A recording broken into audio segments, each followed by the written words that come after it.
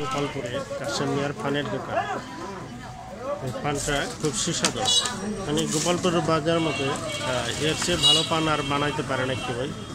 এই পান যে একবার খায় সে বারে বারে এই দোকানে আসে।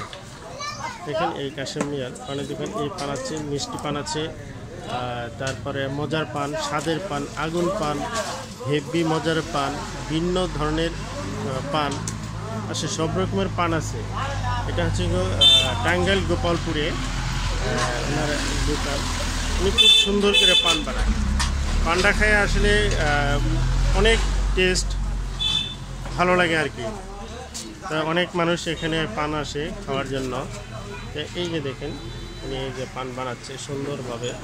এখানে যে সব রকম মশলা আছে, সব রকম মশলা দিয়ে আপনি পানটা বানাচ্ছেন। এই যে দেখেন সব রকম মশলা। এটা আপনারা দেখে নিতে পারেন। যদি এলাকায় আপনার কাছাকাছি থাকেন, গোপালপুর এলাকায় আসলে এখানে আসলে আপনারা যখন আসেন তখন অবশ্যই একটা করে পান খেয়ে যাবেন। এটা দাওয়াত রইল।